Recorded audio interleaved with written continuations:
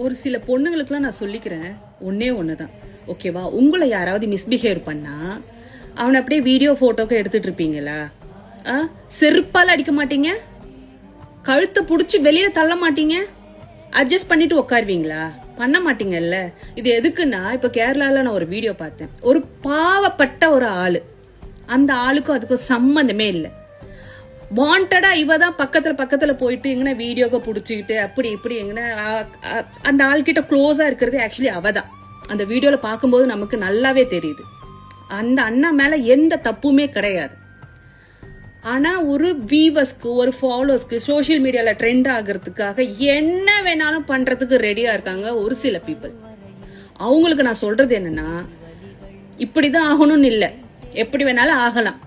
உங்க பாத்ரூம்ல கேமரா வச்சு காட்டுங்க, உங்க பெட்ரூம்ல கேமரா வச்சு காட்டுங்க, இன்னும் பயங்கர ட்ரெண்ட் ஆவீங்க நீங்கலாம். எதுக்கு இந்த மாதிரி ஒரு ஆளு மேல தப்பா பழிய போட்டு, இப்ப அந்த ஆள் இல்ல, செத்து போயிட்டாரு, சூசைட் பண்ணிக்கிட்டாரு. இப்ப ஹாப்பியா உங்களுக்கு? இப்ப நீங்க பயங்கர ட்ரெண்ட் ஆயிட்டீங்களா ஏதோ ஒரு ரூபத்துல? இது என்ன காணிக்கிறது? கொஞ்சம் கூட அறிவுன்றது கிடையாது இல்லையா? உண்மையாவே ஒரு பர்சன் நம்மள மிஸ்பிஹேவ் பண்ணாங்கன்னா நமக்கு எப்படி இருக்கும்? சும்மா உட்காந்துட்டு வீடியோ எடுத்துட்டு இருப்போமா? இருக்க மாட்டோம் இல்ல.